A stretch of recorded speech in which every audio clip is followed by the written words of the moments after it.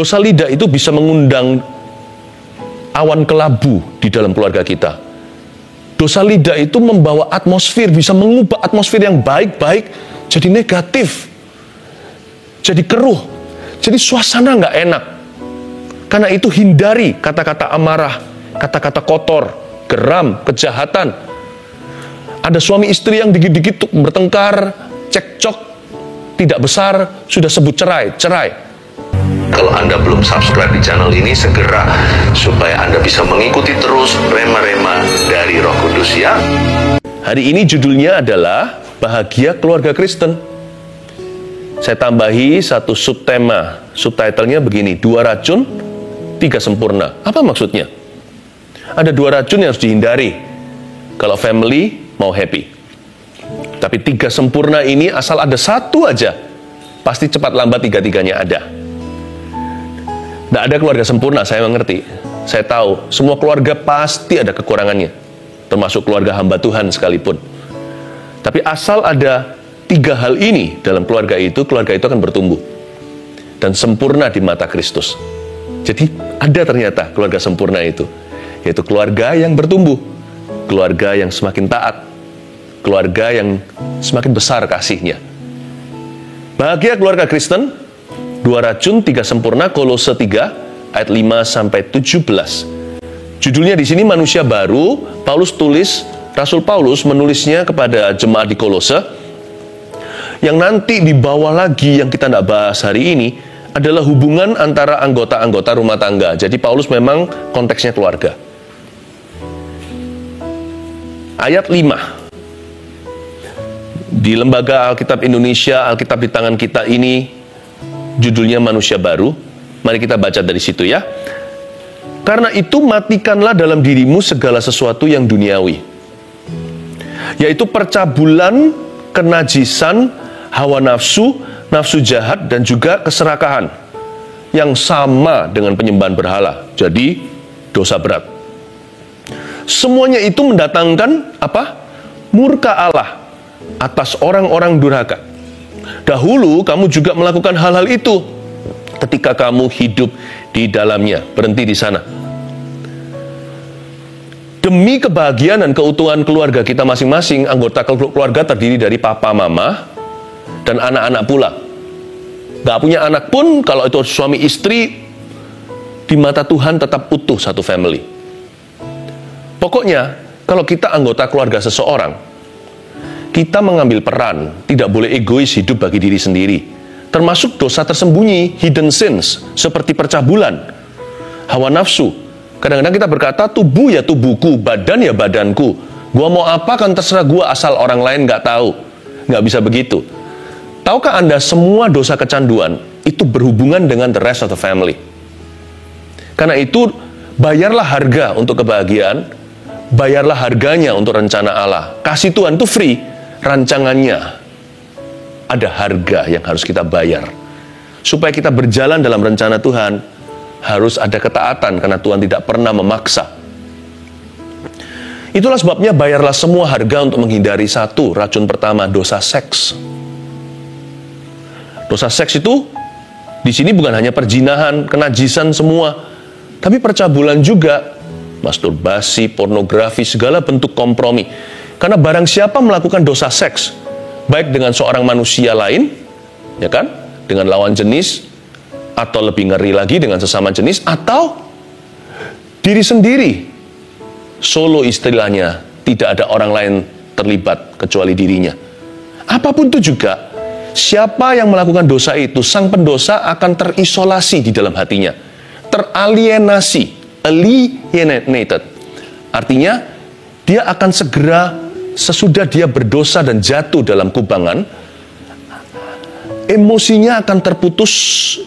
Dia akan putus batin dengan sisa keluarganya, dengan semua yang lainnya.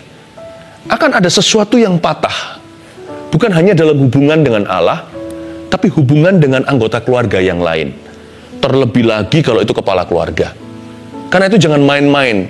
Tubuhmu adalah bait suci. Persembahkan sebagai persembahan yang benar, persembahan yang hidup dan berkenan kepada Allah. Badan kita ini bukan milik kita sendiri. Tubuh kita adalah bait Allah, artinya Hidupku bukannya aku lagi, tapi Yesus dalamku. Bukan hanya itu, tapi kita ini hidup selalu dalam community. Komunitas yang paling kecil, unit paling rendah adalah family. Unit yang paling sederhana itu keluarga. Apa yang kita lakukan pada badan kita, entah itu narkoba, rokok termasuk, nikotin, apapun juga yang sifatnya candu, atau yang merusak tubuh, merusak jiwa, itu merusak keluarga. Jangan pernah berkata, urusan gua. Selalu ada hubungannya, karena Alkitab berkata dia mendatangkan murka. When you play with this sin, you jeopardize your whole entire family and loved ones. Kalau kita bermain-main dengan dosa ini, kita sedang mempertaruhkan seluruh family.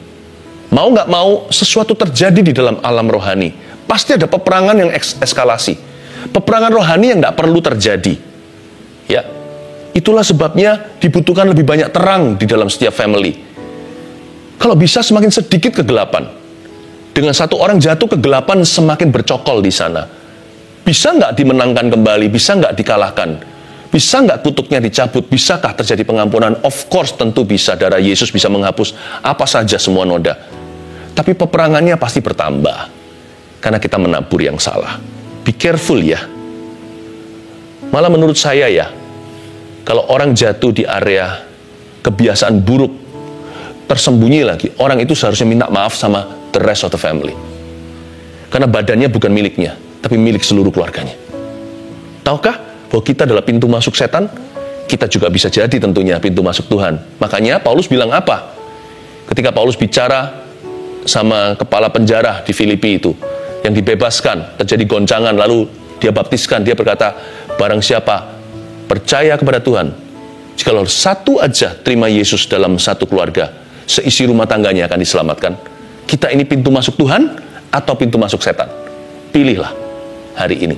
Hindari dosa seks. Racun pertama, jangan main-main di sana. Apalagi kalau perselingkuhan.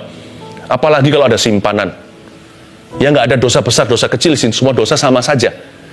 Konsekuensinya yang berbeda. Kalau melibatkan orang lain, ya pasti ada orang lain yang dirugikan. Tentunya ada pemberesan yang lebih besar. Tapi di mata Tuhan, semua dosa adalah kejatuhan. Tapi kita diberi Roh Kudus. Nah, sekarang saya ngomong begini bukan supaya membuat Anda tertuduh, tapi memberi jalan keluar. Ini solusinya. Minta maaf sama Tuhan Yesus. Akui dosamu. 1 Yohanes pasal 1. Barang siapa mengaku dosanya, Allah itu setia dan adil pula. Dia akan mengampuni kita dari segala dosa kita dan menyucikan kita dari segala kejahatan kita. Kita punya satu perantara. Kita dengar firman Tuhan supaya jangan jatuh dalam dosa, tapi kalau kita jatuh dalam dosa, kita punya seorang pembela. Asal sana bertobat sungguh-sungguh, asal kita menyesal dan kita mengakui dosa kita, kita minta tolong sama Roh Kudus, Dia akan bebaskan kita. Jadi kabar baiknya dari saat teduh ini, there is a way out. Tapi firman ini juga berbicara kepada kita yang selama ini mungkin tidak menganggap ini serius. Kita kira di dunia yang individualistis ini, kita mengira apa yang kulakukan pada diriku sendiri itu urusanku. Ternyata salah. Ternyata kebenarannya begini, ada hukum rohani. Lanjut ayat 8. Racun kedua saya beritahukan. Tetapi sekarang, buanglah semuanya ini, yaitu marah, geram, kejahatan, fitnah, dan kata-kata kotor yang keluar dari mulutmu. Ini satu jenis semua. Jangan lagi kamu saling mendustai, karena kamu telah menanggalkan manusia lama serta kelakuannya, dan telah mengenakan manusia baru yang terus-menerus diperbaharui untuk memperoleh pengetahuan yang benar menurut gambar Kristus, gambar kaliknya. Dalam hal ini tiada lagi orang Yunani atau orang Yahudi, orang bersunat atau orang tidak bersunat, orang barbar atau orang skit, budak atau orang merdeka, tetapi Kristus adalah semua dan di dalam segala sesuatu. Racun kedua, hindari apapun harganya, namanya dosa lidah. Wah, ini koleksinya di ayat 8 jelas sekali. Ditambahi lagi di ayat 11 tentang tidak ada orang Yahudi, Yunani, orang bersunat, tidak bersunat, barbar, skit, budak, merdeka. Dari dusta sampai rasisme, kata-kata yang sifatnya prejudisme, diskriminasi, kata-kata yang melukai, bunuh karakter, fitnah, gosip, Dosa lidah itu beda dengan dosa seks yang saya sebutkan tadi. Barang siapa melakukan percabulan, dia berdosa terhadap tubuhnya sendiri. Gambar dirinya kan rusak. Gambar diri sendiri tidak akan pernah pulih selama terus main-main dengan dosa itu. Tapi lidah biasanya merusak gambar diri orang lain. Dosa lidah itu bisa mengundang awan kelabu di dalam keluarga kita. Dosa lidah itu membawa atmosfer, bisa mengubah atmosfer yang baik-baik jadi negatif, jadi keruh, jadi suasana nggak enak.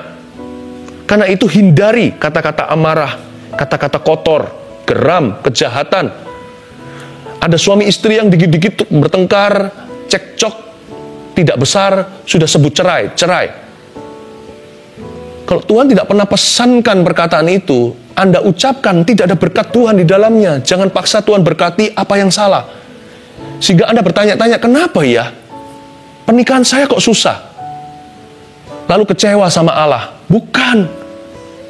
Bagaimana Allah bisa memberkati sesuatu yang Allah perintahkan jangan? Tuhan tidak pesan ini kita lakukan, lalu kita paksa Tuhan berkati.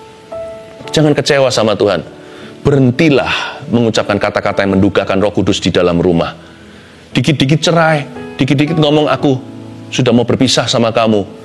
Lalu nanti muncul lagi perkataan-perkataan yang sangat menyakitkan. Aku menyesal kawin sama kamu. Tuhan sembuhkan, kita lukai.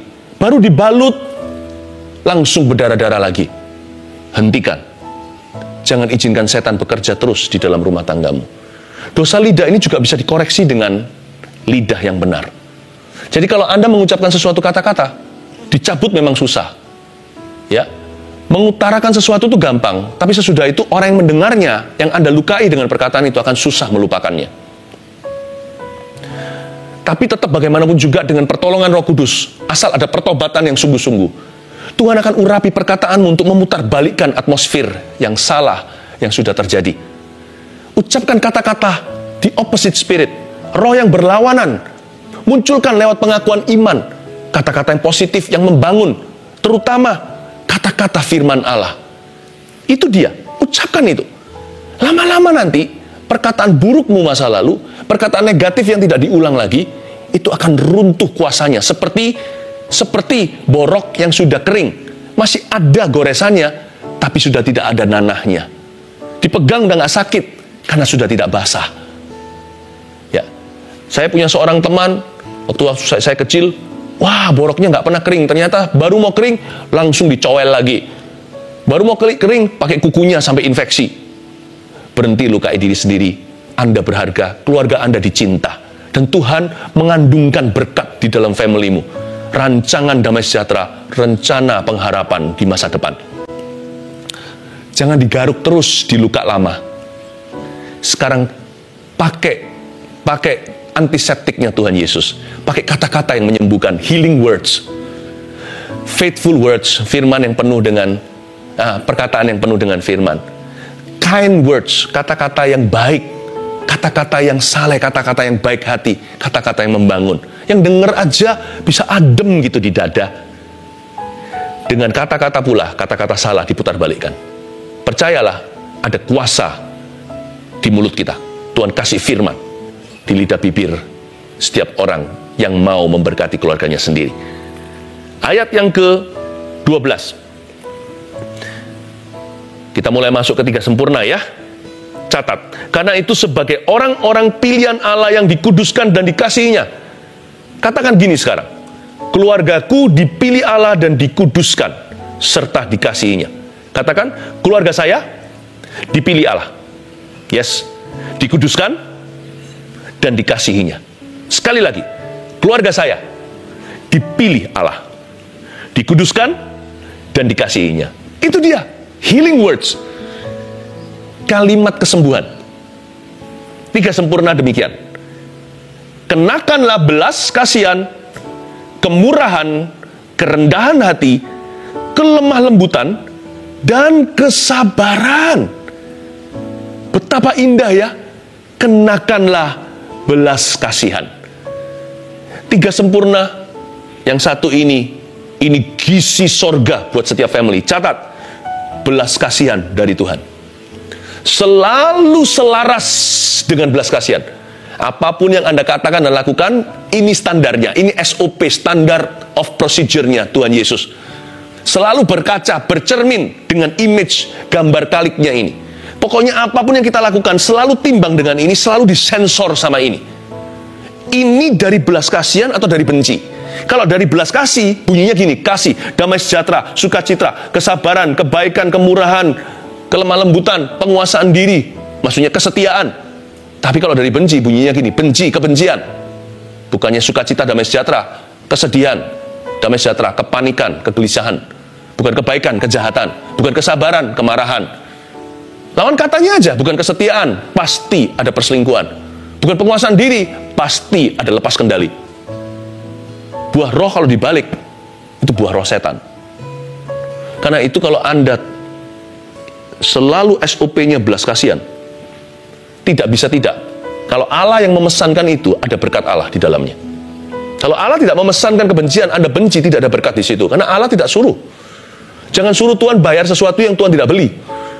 Tuhan beli di kayu salib itu bukan hanya nyawa kita supaya jangan masuk neraka, alias masuk surga, nama kita tertulis dalam kitab kehidupan, tapi yang Tuhan beli di kayu salib adalah buah roh di dalam kehidupan kita. Tuhan tidak pernah beli di atas sana lunasi untuk roh jahat. Dia lunasi untuk apa yang Roh Kudus punya di dalam kehidupan Anda dan saya. Supaya kita bisa jadi orang yang setia, supaya bisa mengerti kasih. Karena itu, taburlah belas kasihan dari Tuhan. Oleh karena itu, tapi Anda mungkin berkata, tapi susah pastor, susah saya untuk mengasihi. Siapa suruh Anda mengasihi dengan kasihmu? Sumbernya itu Yesus. Karena itu, di sini Paulus jelaskan di kata pertama, kenakanlah. Jadi, itu baju, itu bukan milikmu. Sesuatu yang foreign, sesuatu yang asing, bukan dari badanmu, bukan orisinil dari dirimu, tapi dari seseorang yang lain, yang meminjamkan kepada Anda. Kasih itu dipinjamkan.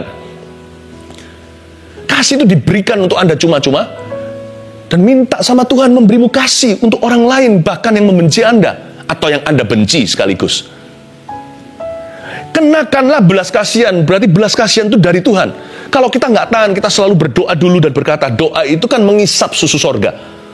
Dan kita bisa berkata, Tuhan, aku nggak mampu mengasihi suamiku yang pernah selingkuh. Tapi, seperti Yesus gitu loh doanya. Bukan kehendakku yang jadi, tapi kehendakmu. Lalu Yesus dikuatkan oleh malaikat. Sekalipun peluhnya menjadi darah. Dia bergumul loh ya. Katakan, tetapi biar kehendakmu yang jadi, beriku kekuatan dan belas kasihan dari Tuhan untuk bisa mengasihi suamiku. Pinjamkan roti ya Tuhan, ku berikan orang yang mengetuk pintuku, sekalipun dia tidak layak untuk dibantu. Kenakanlah, it's not from you, it's from Him.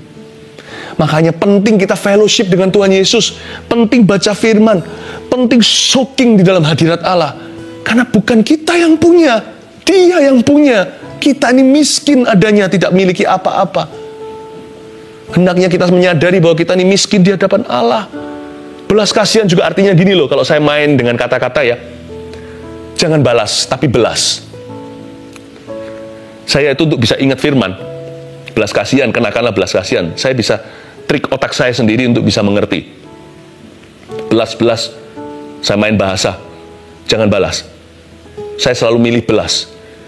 Saya selalu memilih untuk mengasihi orang yang sama belasan kali per hari. Sekalipun dia tidak layak menerima. Itulah artinya belas kasih. Jangan merasa diri sudah punya belas kasihan kalau belum mengasihi orang yang sama belasan kali sehari. Atas kesalahan yang sama. Ya pastor ngomong gini mudah, lebih susah jadi orang membenci. Percaya nggak? Sesusah-susah mengasihi, lebih susah jadi orang yang membenci. So, you choose. I choose to be happy. I prefer my family would be happy.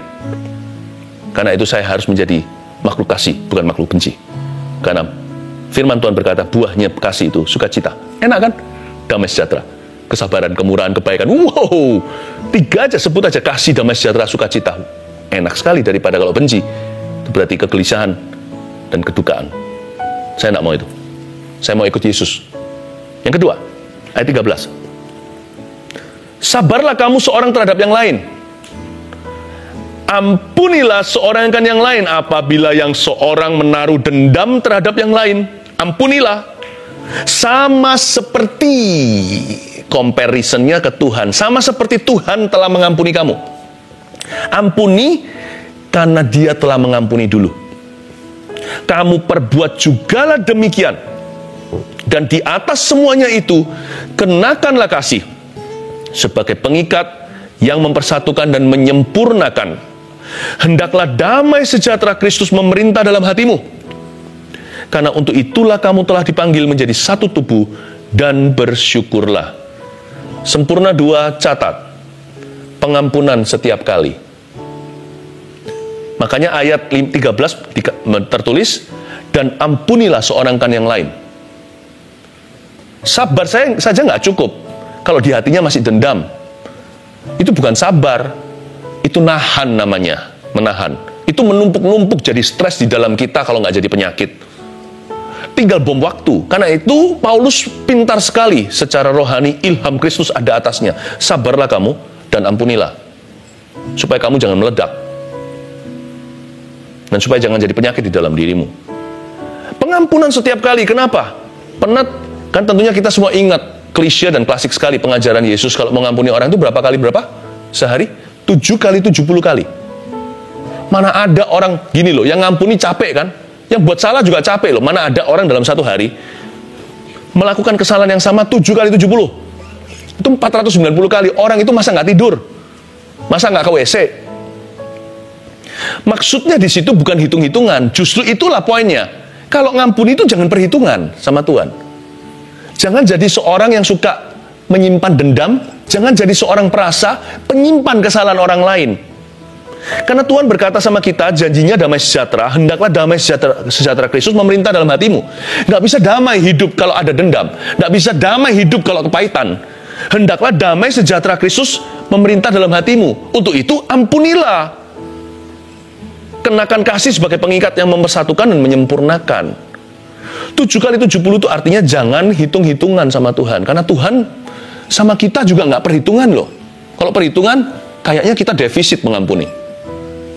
Lebih sering Tuhan ngampuni kita, ayo jujur, daripada kita ngampuni orang lain. Jadi kita ini hutang. Jangan-jangan hutang darah harus masuk neraka.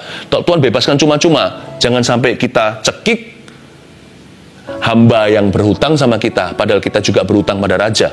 7 kali 70 itu artinya jangan perhitungan. Jangan jadi orang yang suka dendam dan menyimpan. Tetapi pengampunan itu juga mengundang kesabaran Allah atas hidup kita. Makanya dikatakan di sini sabarlah, lalu ampunilah. Berarti orang yang mengampuni itu, percaya nggak? Tuhan itu panjang sabar, maha sabar. Namun demikian Tuhan lebih sabar kepada orang yang suka mengampuni daripada orang yang tidak mengampuni. Karena Tuhan berkata, kalau kamu nggak ampuni, Bapa juga nggak akan mengampuni. Yesus ngomong gitu, ajarkan gitu waktu ajarkan doa Bapa kami. Kalau kamu nggak ampuni, aku akan serahkan kamu ke algojo yang lebih kuat dari kamu. Jadi ternyata sekalipun Tuhan itu maha sabar, Tuhan tidak sama level sabarnya dengan semua orang. Sama orang berdosa Tuhan sabar. Makanya kelihatan orang berdosa kita harapkan dia mati aja. Dia masih hidup 20 tahun. Katakanlah contohnya. Ya. Karena Tuhan menghendaki bukan kematian orang fasik tapi pertobatannya. Tapi sama orang tertentu Tuhan jauh lebih sabar karena mereka suka mengampuni. Tahu nggak, kesabaran itu mengundang kesabaran Allah atas hidupmu. Selain itu, dia juga beli waktu, pengampunan itu membeli waktu sorga untuk keluarga Anda agar sempurna. Nggak ada keluarga yang sempurna, pasti ada gesekan, pasti ada kesalahan. Tapi waktu kita mengampuni dan saling mengampuni, seperti terjadi pos di keluarga ini secara rohani. Sehingga Tuhan merancangkan plan B jikalau plan A gagal. Dan keluarga itu dengan saling mengampuni, keluarga tersebut membeli waktu sorgawi agar disempurnakan oleh Allah. Entah diher lagi, tapi lain kali akan sukses karena kali ini dia bisa ngampuni. Berarti dia menerima kekuatan baru. Berarti dia berjalan dalam ketaatan. Ya. Nah hanya itu, tapi ketika mereka saling mengampuni itu, keluarga ini seolah-olah sempurna di mata Allah. Sekalipun mereka berbuat salah, asal mereka saling memaafkan, langsung di mata Tuhan sempurna. Seperti waktu Yesus berkata sudah selesai di kayu salib, kan masih banyak orang berdosa.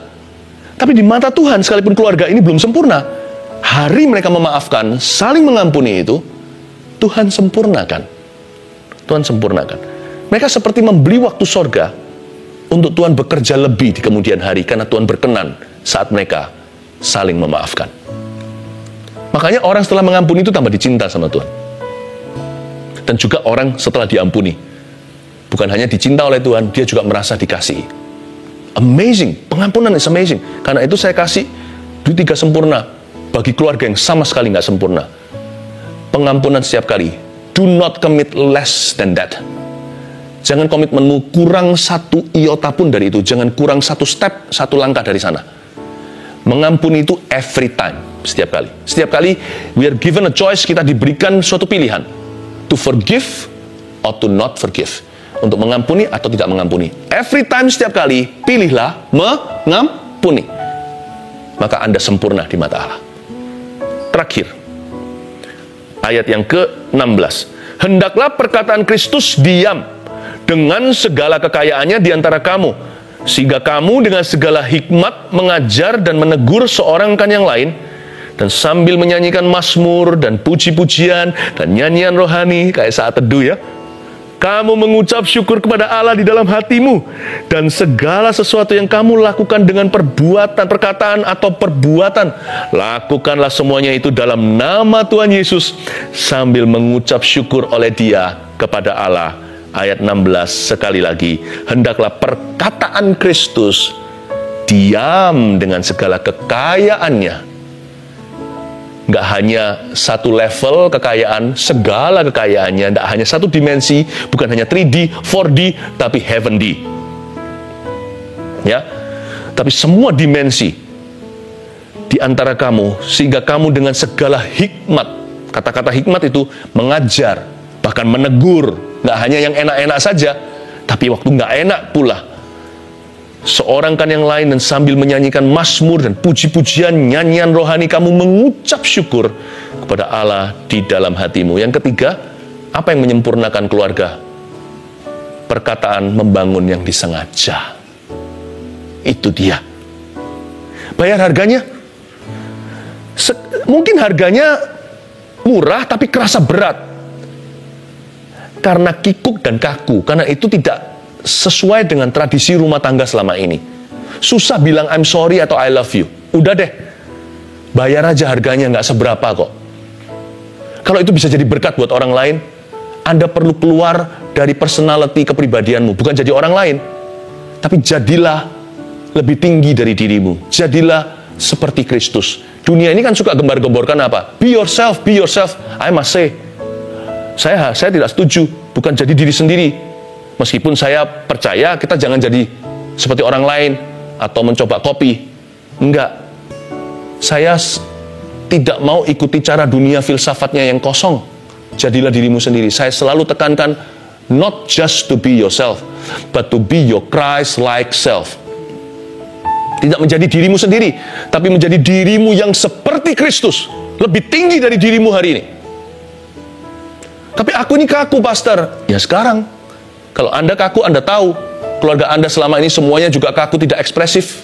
Gara-gara Anda, mungkin katakan sebagai kepala keluarga, mungkin Anda perlu berubah style. Yesus memberimu kekuatan.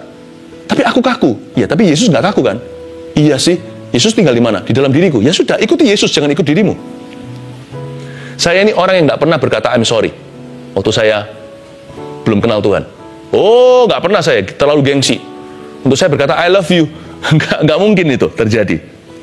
Ya, kalau sama keluarga apalagi gitu ya, yang namanya pelukan, cium itu nggak terjadi dalam hidup saya. Bukan begitu kepribadian saya, tapi Tuhan ubah saya.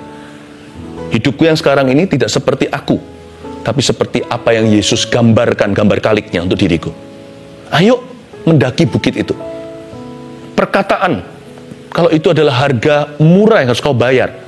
Apalagi seringkali yang kaku itu papa sama putra, father and son. Wah, itu kaku pol.